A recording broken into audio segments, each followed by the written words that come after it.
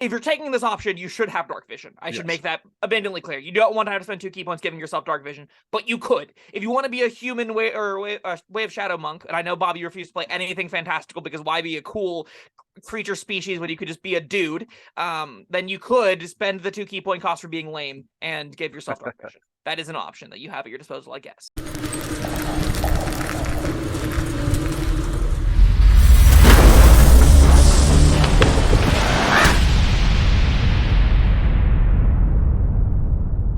Hello, friends. Robert Bevan here, author of the Caverns Creatures series of comedy, fantasy novels, and short stories. With me is Sam West, and today is another Martial Monday. We're tearing through the monk subclasses. Today we're doing Way of Shadow. One might say we're having our way with the monk subclasses. Oh my. This is I think the best monk subclass. Is it? Man, it looks pretty cool in the beginning, but it really peters out toward the end, I find. I don't know if that's necessarily true.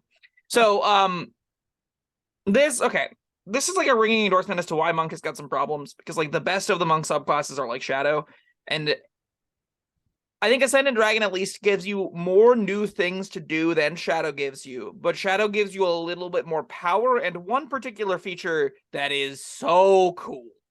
Oh god, it's so good, but you have to sit with it a little bit with just like a cantrip, so buckle in. So it starts with Shadow Arts, and Shadow Arts, I'm going to start with the last line of text. Additionally, you gain the Minor Illusion cantrip if you don't already know it. That's the meat of this feature, baby. Minor Illusion. All right, great. You got a ghost sound you can make little bubbles. I love Minor Illusion. It's a powerful cantrip. Big, cool, exciting thing. It's one of like the 3 wizards get. It's like every class of the full caster of the sun can get access to this thing, but you as a monk with no other spellcasting now have a real, actual powerful cantrip to engage with the world on an axis of, magic in some nature. You can make distracting sounds. You can start doing the Shadow Dark Ninja stuff by sneaking around and making illusions to hide behind and all that kind of cool crap. It does actually play pretty well into seamlessly and like fit into this aesthetic. However, the rest of the features. However, this you say is the best monk, Ed.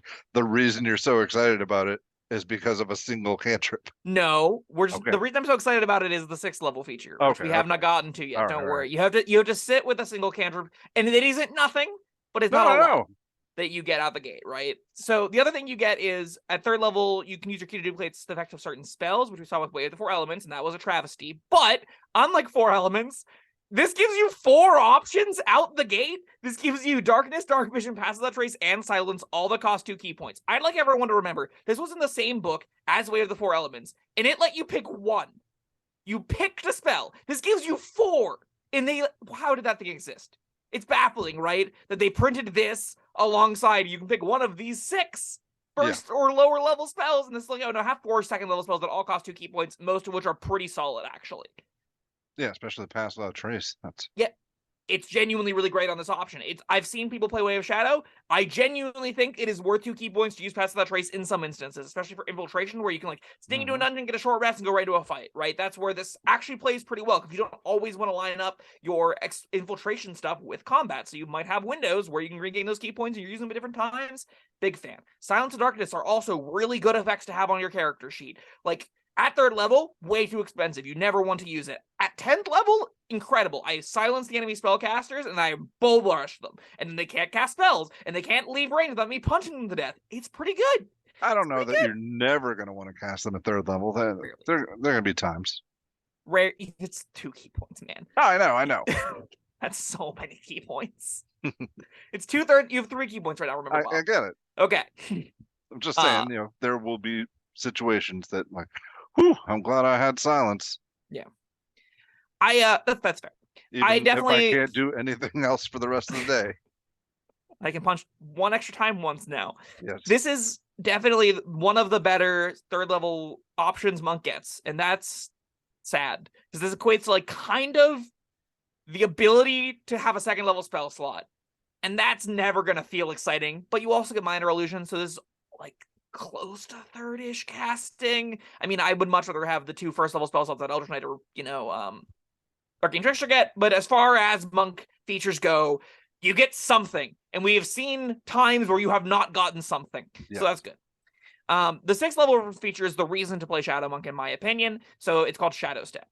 You gain the ability to step from one shadow into another. When you are in dim light or darkness, as a bonus action, you can teleport up to 60 feet to an unoccupied space you can see that is also in dim light or darkness. You then have advantage on the first melee attack you make before the end of your turn.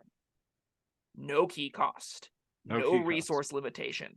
You can just do this everywhere all the time.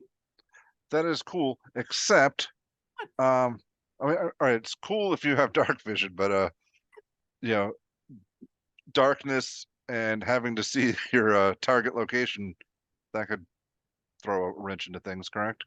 It also works in dim light, but yes. Yeah. If you're taking this option, you should have dark vision. I should Yes. make that abundantly clear. You don't want to have to spend 2 key points giving yourself dark vision, but you could. If you want to be a human way of Shadow Monk, and I know Bobby refused to play anything fantastical because why be a cool creature species when you could just be a dude, then you could spend the 2 key point cost for being lame and give yourself dark vision. That is an option that you have at your disposal, I guess. Or just be an elf. They're close enough to looking like a person, but they also have dark vision. There you go. We fixed the problem. I'd be an elf. There you go. See?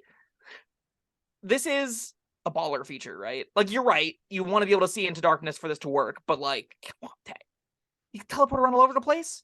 This is the first time in a lot of games where your DM will go, or you'll go to your DM, where is there dim light? And they'll go, what? And you'll go, I need to know where the dim light is. And they'll go, what are the dim light rules again? And they'll flip through the back of the player's handbook to try and find light and vision stuff. And you'll start really learning just the amount of radius that light creates and where the dim light around it is. You will see that all of a sudden dancing lights is a really cool effect. I was just going to bring up dancing light. Yes. Yeah. It's like, yeah, there's another reason to have that over light or a torch. Yeah. It being a bonus action too, you can just blink all over the place, right? It's a get out of jail free card as long as you can see somewhere that's dark near you. If you take a 3-level journey, or a 2-level journey into Warlock and get the Devil Sight. Yeah. You can see into the bubbles of magical darkness that you can create with your key points, and then you can create bubbles that you can teleport into, and then you just have kind of an at-will teleport because it's an bonus action teleport. It's pretty sweet. Yeah. This is out of combat utility. Combat navigation even gives you attack rolls, so like while you're forgoing your flurry of blows, you're getting paid back with an advantage on an attack roll at least. You're not losing out in combat majorly while you're doing this repositioning stuff. I'm really high on this feature. I think it's one of the best monks. Oh yeah, me too. It's after this where I'm less excited. I think it's not the end of the world. I think that after this stuff is actually still pretty solid. So we'll move right on. We'll talk about Cloak of Shadows. At 11th level, you've learned to become one with shadows. When you are in an area of dim light or darkness, you can use your action to become invisible. You remain invisible until you attack, cast a spell, or are in an area of bright light. Notably, that doesn't say you can't move. Also, doesn't cost key points, so that's sure nice. Doesn't. Nor are there any limited uses. Anytime true. you move to dim light or darkness, I'm invisible. See, here, I was thinking level 2 spell for at 11th level, but yeah, I didn't take into consideration that you could just keep doing this. Yeah. So yeah. Just you are in dim light, pervasively invisible. That's your state of being, is invisible. All right. This is better than I gave it credit for. It's excellent out of combat. This feels like a at-will invisibility whenever you're out of combat and investigating dungeons and stuff like that, right? This also gives you a lot of fun minigames of dousing lights so you can stay invisible. So you have like, your rogue or whatever, or your but you have some nerd in the party that can douse flames from range. Just do that so you can slip around invisibly and go all the way you need to be. This will make you like top tier or infiltrator. You can not only teleport around while you're invisible. It doesn't say you can't shadow step while you're invisible. You're welcome to keep doing that. Yeah. So you can blink around from areas of darkness. Like if there's a barrier of light between you and the next area of darkness, you go, well, it's still within 60 feet of me. Teleport, and you're good. Skip right on by that beacon of bright light and work on your evil, shadowy doings. It's at-will invisibility. Now, it's the kind of thing that you're gonna like get ambushes in combat, so you can just go into a fight invisible. Immediately, first attack you make is gonna come advantage as you come out of invisibility and become unseen to seen. That's not nothing. That's a little boon to your combative stats too. It's simple, it's easy, it's digestible. It's something I'd absolutely recommend for new monk players is to take this option because these are really powerful features that are very simple to digest. I think all around, that's not bad. This is pretty good, right? Yes, I'm more impressed with it now. We close things out with Opportunist, and this is just a 3rd attack. So at 70th level, you can exploit a creature's momentary distraction when it's hit by an attack. When a creature within 5 feet of you is hit by an attack made by a creature other than you. It doesn't care the range of that creature. If they can shoot it with a longbow, you can still get this reaction. You can use your reaction to make a melee attack against the creature, which just means every round you're using reaction to attack a thing. You just want to team up with your buddies and make sure you're doing that because you really don't want to forgo the third attack every round that you can get it. It's not a good 17th level feature, to be honest, but it's like fine. We saw this with Astral Self. We saw this with a lot of other monk options where it's like, I guess it's something at 17th level, but it's no Meteor Swarm. No, this one, yeah, I'm gonna stand pretty firm with this one. I'm not excited about it. Yeah, this is definitely not a good, compelling reason to stay in Shadow Monk. I do think there's enough here that you can play a Shadow Monk all the way to 20th level and have plenty to do.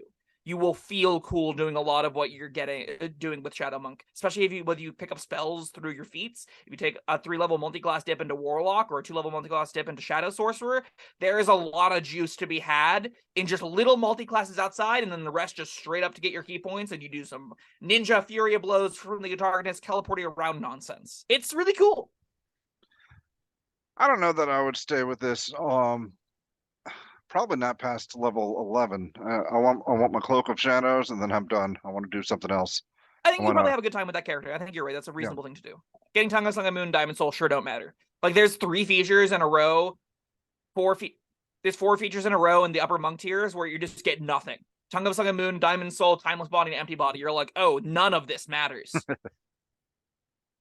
That's a bummer. So yeah, I can definitely see dipping out at 11th level and just get some Shadow Sorcerer stuff. Get some Rogue stuff. Rogue pairs really well with this. You get like a dagger on you. You're doing your monk stuff that's getting sneak attack once a turn. That's pretty sweet. All right. Imagine you take Assassin and you assassinate with this, and Assassinate makes every attack you make on your turn crit if you are like surprising a thing. Huh? That's pretty cool. You like jump in from the darkness and be like, stab, stab, stab. I love this monk option. This is my favorite by a lot. It's still not like overtly nuts, but it is definitely got powerful things happening. Your 3rd level feature is weak-ish, but your 6th and 11th level feature are genuinely worth getting to. An Opportunist, I think, is a fine enough capstone that if you get there, it's like, all right, sure, this is something, and something is better than nothing. But you can also just stick 11 levels in this and take other cool stuff and have a great time with that character, I think. I think this probably deserves a B. There's enough here that you're willing to take it. It is definitely my favorite monk subclass. I do not think it's particularly close. I guess, again, Ascendant Dragon has some neat stuff happening that I like a lot. It gives you a lot of things to do. This is just a much more powerful bucket of features, specifically with the Shadowy Teleport and the Invisibility at Will. All right, I was leaning more towards C level, but no, I think you're right. B, like, especially if, like, I would do, I mean, yeah, the Shadow Step and the Cloak of Shadows could make other characters like super powerful. It makes you super powerful. It's worth dipping this deep into, right? Oh yeah. This is one of the very cool features. I think it's so silly that we look at features like Shadow Step and we compare it to Way of the 4 Elements. And I'm like, how are these in the same game? How is this allowed? Right? Where you have to spend like 5 key points on Cone of Cold as your capstone, and they can just teleport at will. Yeah. One of these things, they released at the same time. I don't understand. No, I don't either. Commodus, what do you think? Is my way overhyping Way of Shadow? I've seen it play a lot. I've never been disappointed with it. I use a lot of Dark Dingy Dungeons, and in Dark Dingy Dungeons, this thing is sweet. So, tell us your thoughts. Have you played once? Do you love Way of Shadow? If you're playing in Sunshine World, then this might not do you too well. But you're a nighttime predator. That's what your job is. Don't go fight on the battlefield if it's like noon. That's not going to be a good time for you. All right. Well, that was Way of Shadow. Good stuff. Let us know what you think down in the comments. Yeah, really. It's not just good for monk. It's wow. Mm-hmm. All right. Yeah, well, there you go. Thanks for watching. Thank you, Sam, and like and subscribe, and we'll see you next time. Bye-bye.